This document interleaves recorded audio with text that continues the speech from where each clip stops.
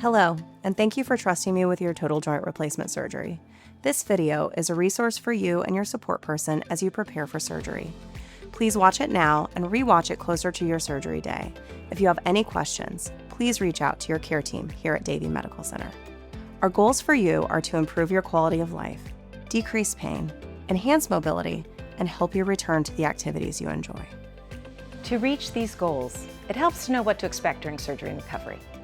Joint replacement surgery is usually an outpatient procedure. Most patients return home the same day or within 24 hours. Your recovery will follow a specific timeline. Initial recovery will focus on reducing pain and improving movement over the first 6 weeks. Full recovery is generally within 3 to 6 months, depending on the type of joint replacement and individual factors. Knowing what recovery looks like is important, but just as important is making sure you're prepared for surgery. There are a few simple steps that you can take now that will make the process smoother. Please create your patient portal account. It's an easy way to connect with your care team and complete questionnaires that are needed. Setting up your portal is just one of the things to take care of ahead of time. Here are the other key steps you'll need to complete before surgery. To be ready for surgery, make sure you complete the following steps. Buy or borrow a two-wheeled walker. Arrange for help at home after surgery.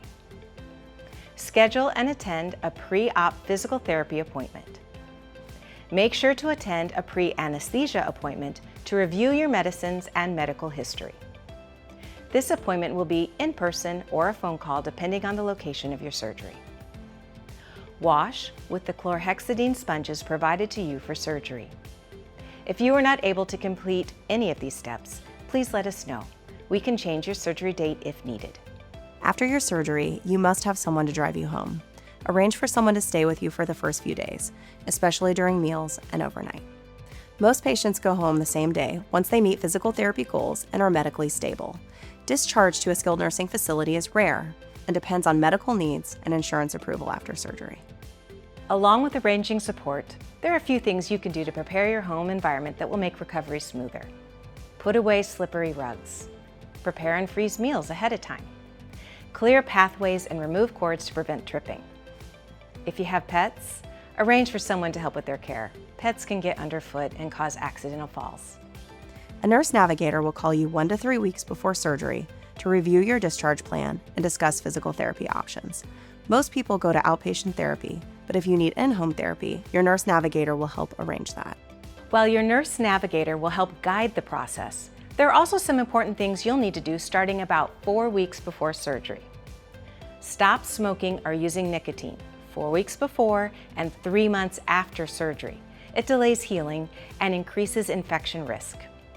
Do not have any dental work, pedicures, or elective medical procedures 4 weeks before or 3 months after surgery. This will reduce infection risk leading up to and after surgery. Trim your own nails as needed.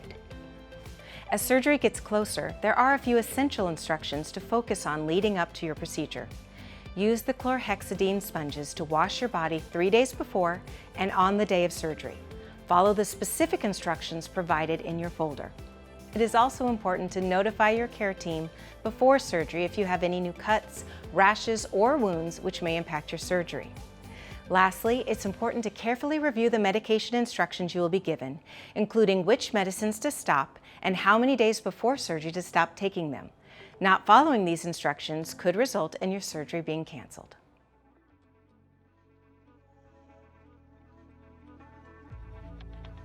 On the day of surgery, it's important to follow these instructions carefully.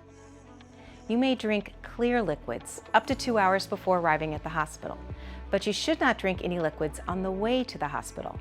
Not following these instructions may result in your surgery being canceled.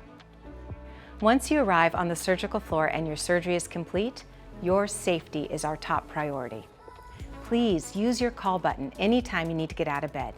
Moving early after surgery is crucial to your recovery, and our therapy team will help you with walking, stairs, and movement precautions. As you start walking and participating in therapy, pain control is important, but some discomfort is expected. Your team will give you a combination of non-narcotics, narcotics as needed, muscle relaxers, and nerve blocks to help keep pain manageable.